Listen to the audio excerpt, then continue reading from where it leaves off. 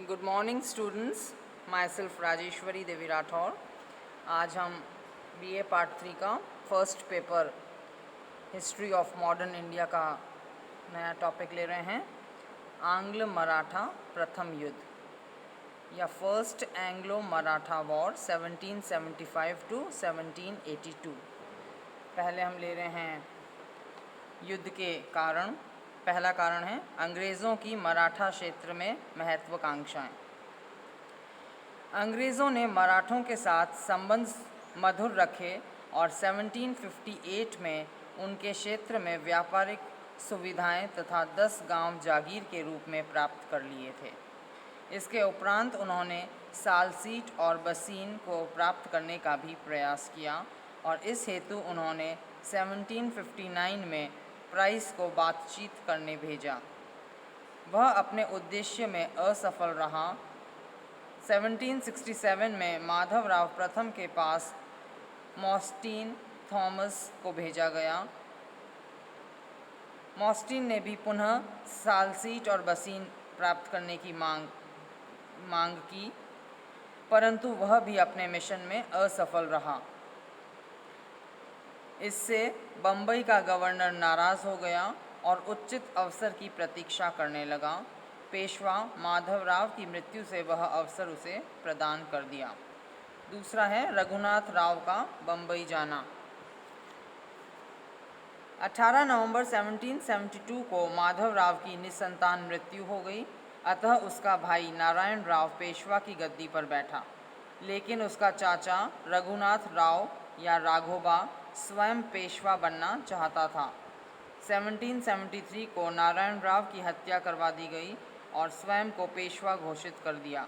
लेकिन मराठों में एक ऐसा व्यक्ति था जिसने उसका विरोध किया और वह था बालाजी जनार्दन, जो कि नाना फडणवीस के नाम से प्रसिद्ध हुआ। उसके नेतृत्व में मराठों ने सत्ता अपने हाथों में ले ली। जिस समय नारायण राव की मृत्यु हुई उस समय उसकी पत्नी गर्भवती थी। 1774 में उसने एक बालक को जन्म दिया जिसका नाम माधवराव द्वितीय रखा गया और उसको पेशवा घोषित किया गया। नाना फडणवीस को उसका संरक्षक नियुक्त किया गया। इसी के अंतर्गत सूरत की संधि, जो कि रघुनाथ राव और अंग्रेज़ों के बीच हुई थी, तो संधि के अनुसार राघोबा भागकर बम्बई चला गया और 6 मार्च 1775 में उसने एक संधि कर ली जिसे सूरत की संधि कहते हैं। इस संधि के अनुसार अंग्रेज़ राघोबा को पेशवा बनाने में सहायता करेंगे और राघोबा अंग्रेज़ों को थाने, जम्बूसर, बसीन और सालसेट के प्रदेश देगा। ईस्ट इंडिया कंपनी की बम्बई शाखा ने यह संधि गवर्नर जनरल को बिना पूछे ही की थी, अतः इस संधि के द्वारा अंग्रेज़ और मराठों के संघर्ष का सूत्रपात हुआ। और नेक्स्ट है अगला कारण है बम्बई परिषद के अध्यक्ष हॉर्नबे की सालसेट और बसीन लेने की प्रबल उत्कंठा भी इस युद्ध का कारण बनी। तो ये थे युद्ध के कारण। अब लेंगे हम युद्ध की घटनाएं। जब राघोबा ने सैनिक खर्च के खाते 6 लाख रुपया बम्बई परिषद को दे दिया तो बम्बई के गवर्नर कर्नल किटिंग ने पेशवा के विरुद्ध सेना भेज दी। 18 जुलाई 1775 को आरा के क्षेत्र में दोनों सेनाओं की मुठभेड़ हुई और भीषण संग्राम के उपरांत विजय अंग्रेज़ों को मिली। अंग्रेज़ों को इस विजय से गायकवाड़ भी हतोत्साहित हो गया और वह ब्रिटिश सेना में जा मिला। अंग्रेज़ों ने मराठों के एक युद्धपोत को भी नष्ट कर दिया। इससे पूना की स्थिति और दयनीय हो गई।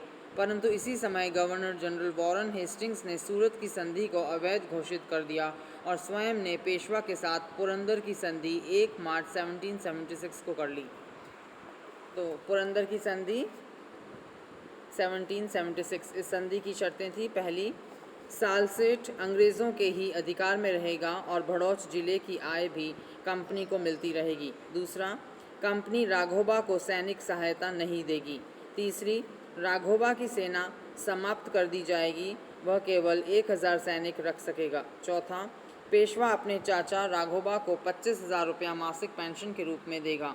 इसके बदले राघोबा ने पूना की राजनीति में हस्तक्षेप न करने का वचन दिया और उसे गुजरात भेज दिया। फिफ्थ, पेशवा को 12 लाख रुपया अंग्रेज़ों को युद्ध के खर्च के रूप में देने होंगे। सिक्स्थ, कंपनी गायकवाड़ के आंतरिक मामलों में भी हस्तक्षेप नहीं करेगी। परंतु बम्बई कौंसिल ने पुरंदर की संधि को स्वीकार नहीं किया। बम्बई के गवर्नर ने कंपनी के संचालकों को इस संदर्भ में लिखा। उन्होंने भी पुरंदर की संधि के स्थान पर सूरत की संधि को ही उचित बताया। इस कारण पुरंदर की संधि क्रियान्वित नहीं की जा सकी। नेक्स्ट है वॉरेन हेस्टिंग्स द्वारा सूरत की संधि का अनुमोदन। बम्बई कौंसिल ने कंपनी के संचालकों की अनुमति प्राप्त कर राघोबा को सहायता देने का पुनः निश्चय किया। उधर पूना में अंग्रेज़ों के विरुद्ध पेशवा को भड़काना आरंभ कर दिया था फ्रांसीसियों ने। इससे अंग्रेज़ घबरा गए और उन्होंने सूरत की संधि पर दृढ़ता से आचरण करने का निश्चय किया। कंपनी के संचालकों का रुख देखकर वॉरेन हेस्टिंग्स को भी सूरत की संधि का अनुमोदन करने को विवश होना पड़ा। अब है युद्ध का पुनः आरंभ। 1778 में अंग्रेज़ों ने राघोबा को पेशवा बनाने की दृष्टि से अपनी सेना भेज दी। इस समय तक पेशवा की मराठा सेना भी संगठित हो गई थी। सिंधिया और होल्कर भी अपनी सेनाएं लेकर पेशवा की सहायता को आ गए थे। अतः कर्नल इगरटन के नेतृत्व में ब्रिटिश सेना मराठों से परास्त हो गई। इस युद्ध के पुनः प्रारंभ होने का एक कारण यह भी था कि सखा राम बापू अंग्रेज़ों से जाकर मिल गया था और उसने नाना फडणवीस का विरोध तथा राघोबा का समर्थन किया। इस पर ब्रिटिश सेना का नेतृत्व कर्नल कॉकबर्न को दिया गया, परंतु तालगांव के समीप वह भी मराठों से परास्त हो गया और इस पराजय से विवश होकर अंग्रेज़ों ने बड़गांव की संधि कर ली। नेक्स्ट है बड़गांव की संधि 1779। इसकी शर्तें हैं, पहली 1773 के उपरांत के विजित प्रदेश मराठों को लौटा देने का अंग्रेज़ों ने वादा किया। दूसरा, भड़ौच जिले की आय सिंधिया को देने का निश्चय किया गया। तीसरा, अंग्रेज़ों ने मराठों को 41,000 रुपया देने का वादा किया। चौथा, 2 अंग्रेज़ अधिकारी मराठों को बंधक के रूप में सौंप दिए गए।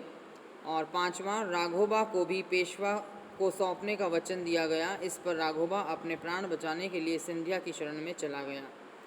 इन शर्तों से स्पष्ट है कि यह संधि अंग्रेज़ों की सैनिक शक्ति की दुर्बलता की प्रतीक थी। इसीलिए सरदेसाई ने इस संधि के संदर्भ में लिखा है कि बड़गांव की संधि मराठों की विजय का प्रतीक थी। यह संधि अंग्रेज़ों के लिए अपमानजनक थी। युद्ध का पुनः आरंभ। गवर्नर जनरल वॉरेन हेस्टिंग्स ने बड़गांव की संधि स्वीकार करने से इनकार कर दिया। अतः उसने एक सेना कलकत्ता से पेशवा के विरुद्ध भेजी। अनेक कठिनाइयों का सामना करते हुए वह सेना सूरत पहुंची और अप्रैल 1781 में उसने बिना पूर्ण तैयारी के पूना पर आक्रमण कर दिया। मराठों ने अंग्रेज़ों को करारी मात दी। जब वॉरेन हेस्टिंग्स ने इस पराजय की खबर सुनी तो वह निराश नहीं हुआ और उसने कलकत्ता से दूसरी सेना भेजी और ग्वालियर पर अधिकार कर लिया। ग्वालियर में परास्त होकर सिंधिया उत्तर की ओर भागा, परंतु उसे सीपरी नामक स्थान पर परास्त कर दिया गया। अपनी इन पराजयों से व्यथित होकर सिंधिया ने अंग्रेज़ों से संधि कर ली।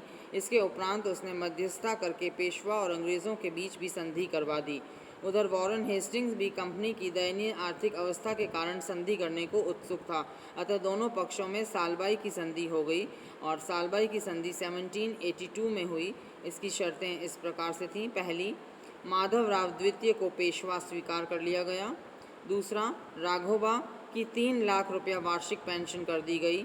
तीसरा, सालसेट पर अंग्रेज़ों का अधिकार पेशवा द्वारा स्वीकार कर लिया गया। इसके अलावा अंग्रेज़ों ने सारे विजित प्रदेश मराठों को लौटा दिए। चौथा, यमुना नदी के पश्चिम में स्थित सिंधिया के प्रदेश भी लौटा दिए गए। पाँचवा, अंग्रेज़ों ने भविष्य में राघोबा को किसी भी प्रकार की सहायता न देने का वचन दिया। संधि की समीक्षा। यह संधि सिंधिया की मध्यस्थता से हुई, अतः इस संधि का उत्तरदायित्व सिंधिया के दुर्बल चरित्र को ही दिया जाता है। मराठों के दृष्टिकोण से यह संधि कुछ कारणों से हानिकारक भी सिद्ध हुई। पहला, पेशवा माधव राव तक पूना समस्त भारत का राजनीतिक केंद्र रहा, परंतु अब पूना का प्रभाव क्षेत्र सीमित हो गया। दूसरा, 1782 के उपरांत मराठों की जो हलचल रही उसका श्रेय पेशवा को न जाकर केवल सिंधिया को ही जाता है। तीसरा, इस प्रथम मराठा युद्ध के कारण सिंधिया 10 वर्ष तक दिल्ली की राजनीति में सक्रिय नहीं हो सका। इस कारण मुगल सम्राट शाह आलम पर उसका प्रभाव शिथिल पड़ गया। परंतु कुछ दिशाओं में इस संधि के कुछ अच्छे परिणाम भी थे। जैसे पहला, इस संधि से अंग्रेज केवल सालसेट अपने अधिकार में रख सके, शेष विजित प्रदेश उन्हें मराठों को लौटाने पड़े। और दूसरा, इस युद्ध के उपरांत मराठों ने भी अपने युद्ध संचालन के तरीकों में भारी परिवर्तन कर दिए। अब अंग्रेज़ों के दृष्टिकोण में इस संधि का महत्व, तो अंग्रेज़ इतिहासकारों ने इस संधि को भारतीय इतिहास में अति महत्वपूर्ण माना है और यह संधि भारत में अंग्रेज़ी प्रभुता स्थापित करने में महान सहायक सिद्ध हुई। इस संधि ने वॉरेन हेस्टिंग की प्रतिष्ठा में वृद्धि कर दी। 7 साल से चले आ रहे युद्ध को समाप्त करना वॉरेन हेस्टिंग की एक महान उपलब्धि समझी जाती है। यह संधि करके वॉरेन हेस्टिंग्स ने 20 वर्षों के लिए मराठा और अंग्रेज़ों के मध्य शांति स्थापित कर दी। अब इस संधि के कुछ दूरगामी परिणाम भी निकले। पहला, हैदर अली को अंग्रेज़ विरुद्ध योजनाओं का परित्याग करना पड़ा।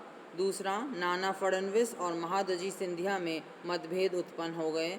और तीसरा, इस संधि से मराठों में सिंधिया की प्रतिष्ठा सर्वाधिक बढ़ गई। एक मध्यस्थ के रूप में उसे अपनी कूटनीति के प्रदर्शन का अवसर मिला और उत्तर में पुनः उसे अपना प्रभाव स्थापित करने का भी अवसर मिल गया। तो ये था प्रथम आंग्ल मराठा युद्ध, फर्स्ट एंग्लो मराठा वॉर।